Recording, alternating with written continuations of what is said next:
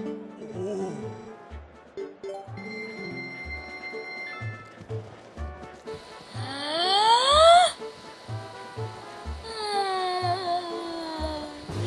got a piece of heart! You collected 5 pieces and formed a new heart container. It also filled your life energy.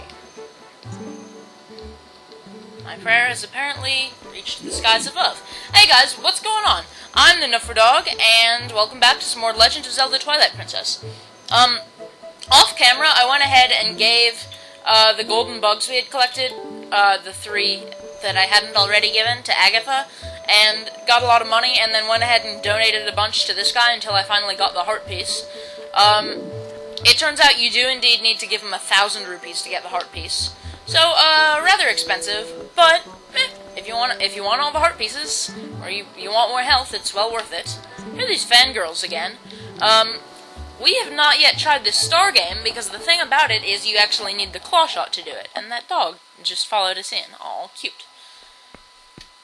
This is pretty funny. Creepy guy? In the shadows?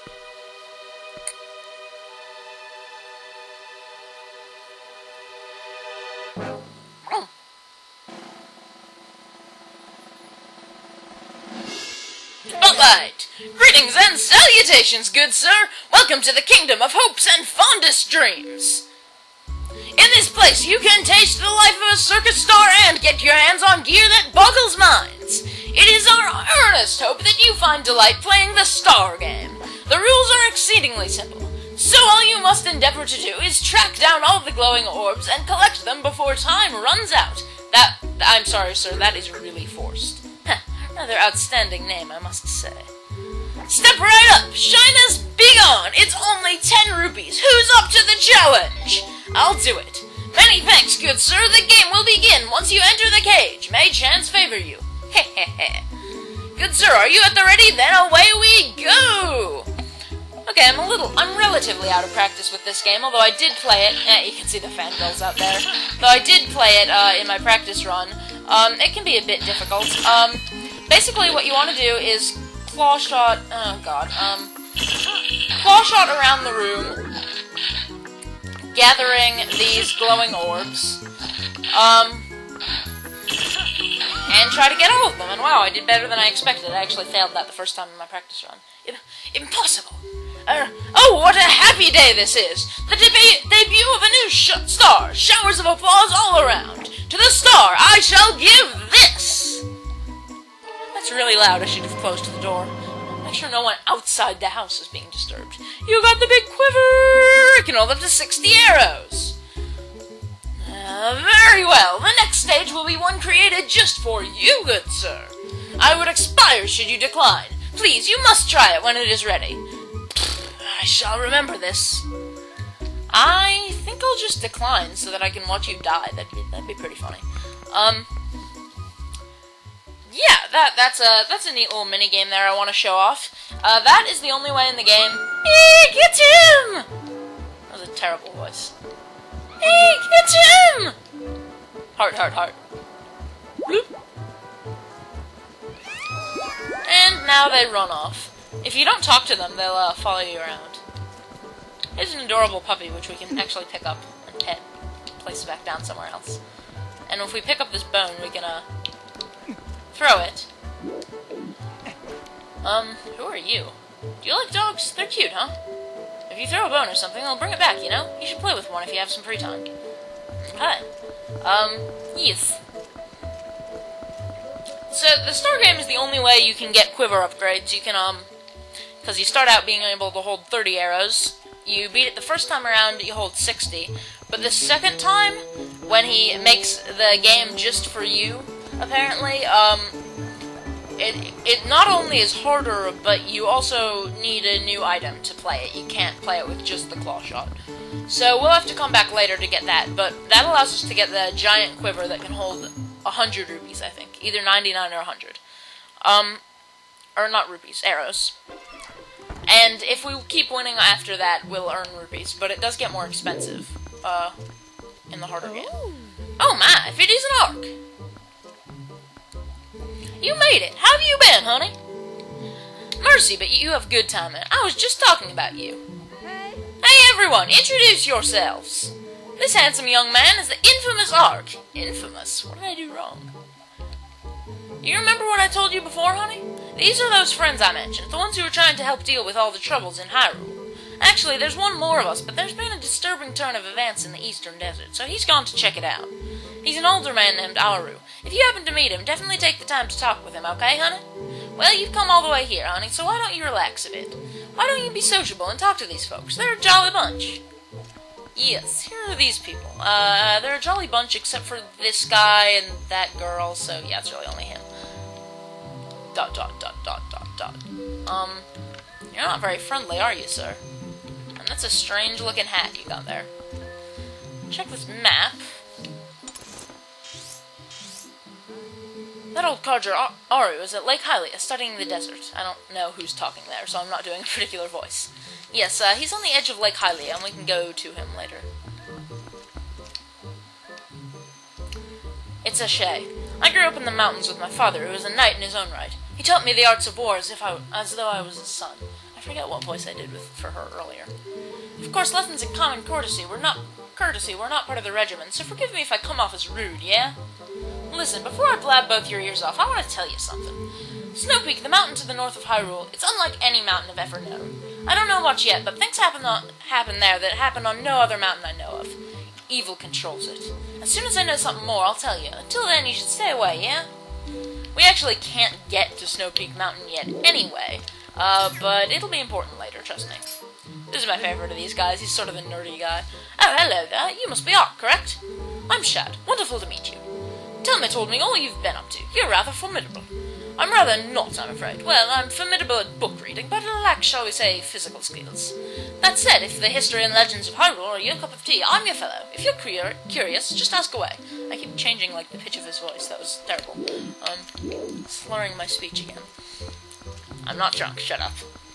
And here's the postman. I mentioned he's sometimes in here. Is like obsessing over this menu.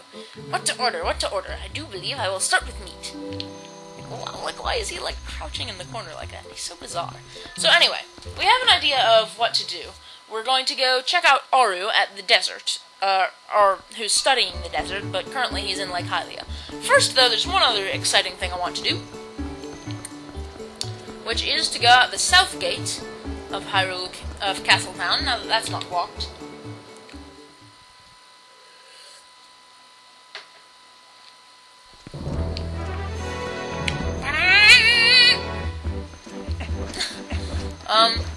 So there's a few different things we can do here. There's golden bugs, a couple of them. One of them's right here, I believe. Yoinks. You got a female ladybug, which I believe is part of a pair, so if we return that to Agatha, we'll get 100 rupees. Quite nice. And I think there might be another golden bug somewhere down here or something. And there are some Poes that appear here at night. And there's this Goron down there who can't really do anything about just yet, I don't think. But the main exciting thing down here is, of course, the Golden Wolf, who is back here.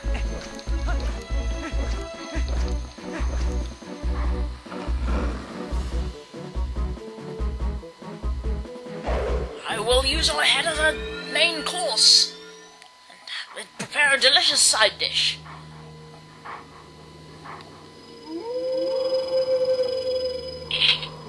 We meet again. This next is the greatest of the hidden skills I have taught you to this point, and it may test the limits of your endurance. Do you still wish to master it? I do. Very well. But before we begin, I must test to ensure you have mastered the last skill I taught you, the backslice. Now then, come at me! There's the backslice, pretty well mastered. Even though we haven't had that many opportunities to fight tougher enemies that we would want to use these on a lot. Excellent. It appears you are certainly capable of performing my lost art. Very well. My fourth hidden skill is the helm splitter. Let it be hewn into your mind. I love this hidden skill. Helm splitter and the backslice, some of the most useful hidden skills, definitely. It is impossible to circle around and perform a backslice against fully armored enemies that move swiftly in combat. Against such foes, you must first use a shield attack to make them flinch, but then quickly press A. You will leap into the air over the enemy's head and greet them with your blade by immediately striking from behind. Don't slice our helm. We don't have a helm, you can slice our head. This is the helm splitter. Show it to me! Splitter? Splitter. Okay. shield attack, and then we just press A while they're stunned from a shield attack, and instead of doing a jump slice, we jump over them, whack them on the head with our sword, and then we can hit them from behind. Impressive. Do not miss your chance to land a helm splitter with A after your shield attack. The fourth hidden skill, the helm splitter, has been passed on. Very cool. Just like the backslice was similar to the rolling parry attack in Wind Waker, this is like the jumping parry attack. You've learned the fourth hidden skill, the helm splitter. Stun foes with the shield attack, then press A to chop from above. And there are some enemies that this is really useful on. There's still 3 hidden skills for you to learn. Do not neglect your daily sword training between now and the time you come to learn the next skill. I keep telling you, I'm the hero of Hyrule. I'm going out and fighting things every day. I don't really need to train, I'm doing the real thing. Alright. I guess that's about it. Now what we're going to do is use our new warping ability to get to Lake Hylia.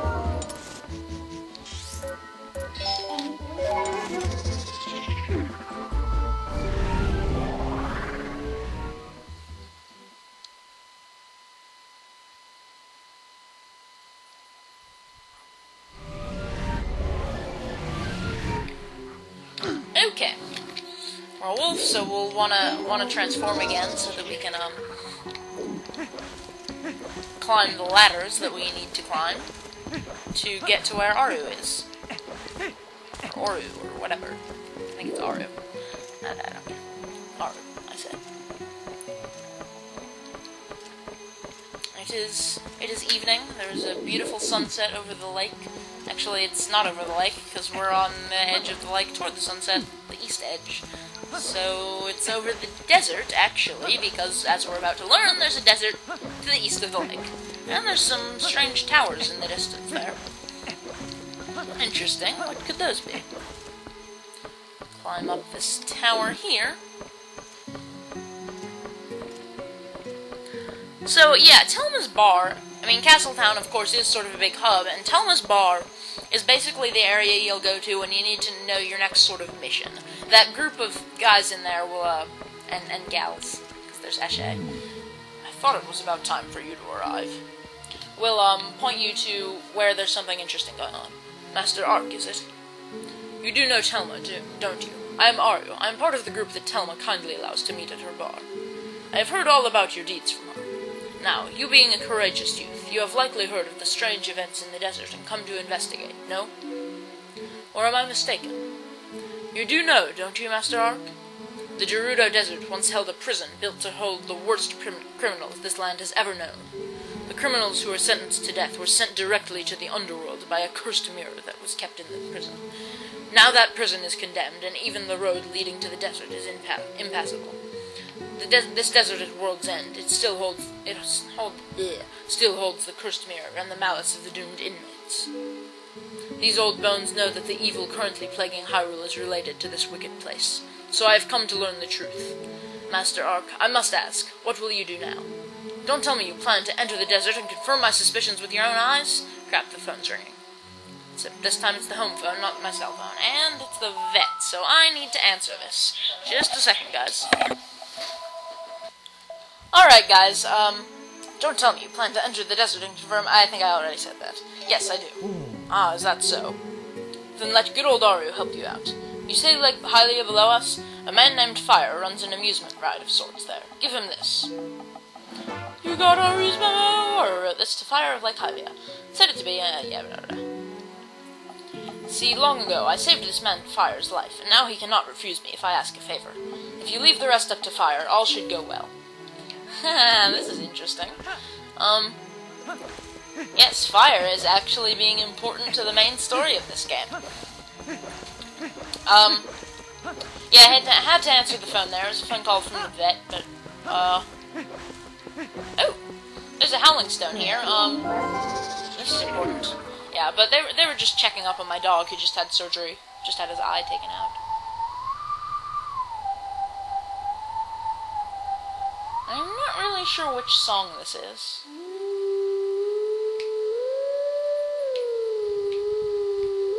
And I messed up there, and it wasn't good enough.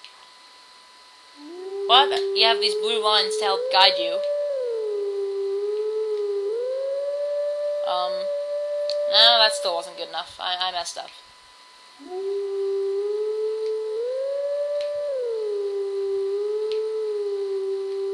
Ah, that's it. I don't think that song translates particularly well to howling, whatever it was. And there's Mr. Golden Wolf again, so we can potentially learn the 5th hidden skill before the next dungeon. Actually, I think he appears right outside the next dungeon.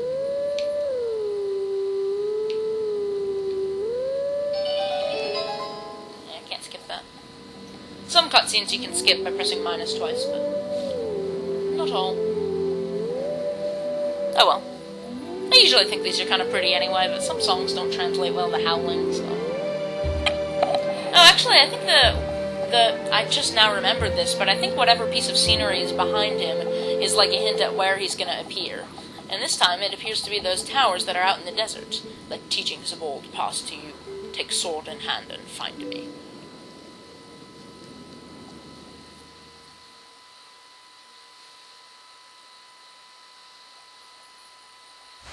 Yeah, as I've said, even though there still is stuff to do between dungeons, I kind of feel like it gets a little shorter once there aren't those big mandatory wolf sections, with having to save entire provinces from Twilight.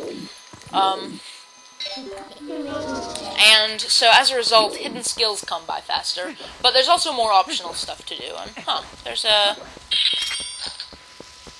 rock we can blow up here, and I don't know what this actually does.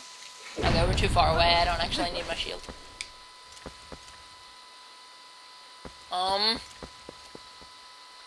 Gone a little over time. I'm not really sure about the timing because of having to cut out both... this is a cave where we need the lantern. Having to cut out both, that phone call and there was a bit earlier where I was recording and I didn't mean to be. Okay, this is all too complicated. I'm just gonna leave now, and we might come back to that later. It's one of many optional little secret caves around Hyrule that you never need to visit, but sometimes they have pieces of heart and other bonus things in them. But, oh right, we actually need this thing.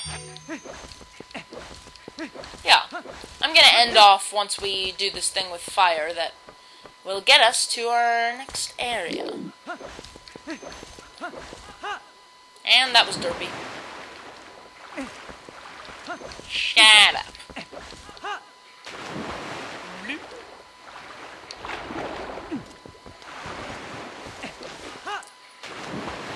Also, I believe there's this parrot guy who's gonna appear here, who I mentioned earlier. I can't get up here. What? Wasn't quite shallow enough. Plum has no need to speak to humans. If we turn into a wolf, we can talk to him, and he'll run like a mini-game thingy. The one where you fly the bird up and hit balloons, which can get you some nice rewards. I'll show it off later. Hey, you're back! So, fella, I guess you liked the ride, huh? Not a bad bit of fantastication. The height of excitement, the thrill of launching to heavens, the very peak of flying fantastication. Oh, right, what I should have actually done is, shown him the item. From old Auru, huh? Oh, well, I guess I ought to do what the old coot says. Oasis flight, right? So here you go, one of our secret options, not available to the general public. This time's all paid for, so what do you say? You wanna go? Go. Alrighty then, but remember, next time you gotta pay. Sweet sailing, buddy of mine. One for Oasis. Fire in the hole! Ah. Slightly OCD about my items. Now this is gonna do the same sort of thing, but we're going to sail to a different place.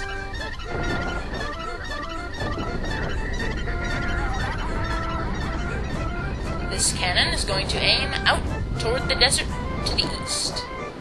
And... kaboom!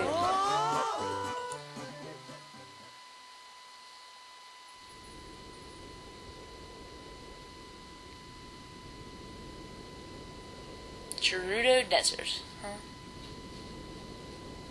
Oh, I forgot there's a cutscene here, so this is gonna go rather long. Wait up.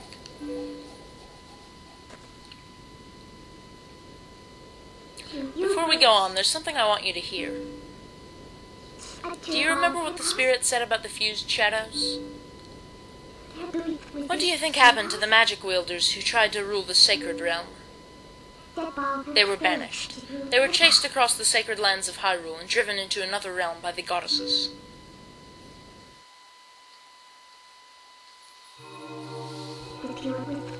It was another world entirely, the antithesis of Hyrule where the sun shines bright. Its denizens became shadows that could not mingle with the light. Eventually, most came to call it the Twilight Realm, and from it none could return to the world of light.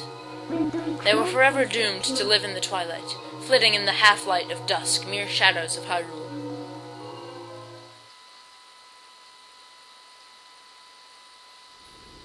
This is the history of the Twilight as it has been passed down from our ancestors. Do you now understand what I am? I'm a descendant of the tribe that was banished to the Twilight Realm. It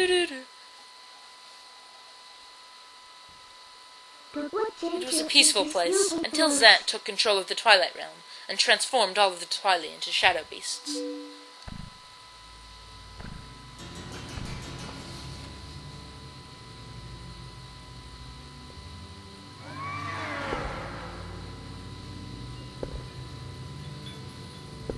It's clear to me now that he has somehow gained a great evil power previously unknown to our tribe. Gained an evil power. In any case, I was sent from there, and could no longer get into the Twilight Realm without his power.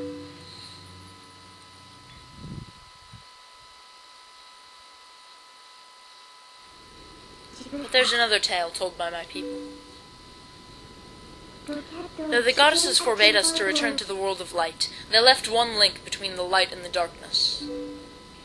Something called the Mirror of Twilight was passed to the protectors of Hyrule.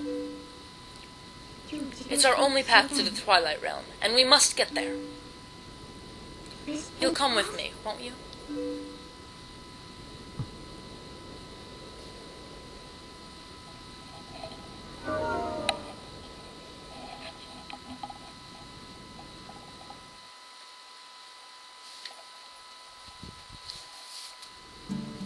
Alrighty, more plot development. Exciting stuff happening. Right now we are out here in the Gerudo Desert, which I have to spend a bit of time trying to get across here. Can be a little bit annoying. I guess I will sit on this stone platform here for right now. Should be relatively safe. And I'm going to call this an episode. So, I'm the Dog, and I will see you guys next time with more Legend of Zelda Twilight Princess. Goodbye!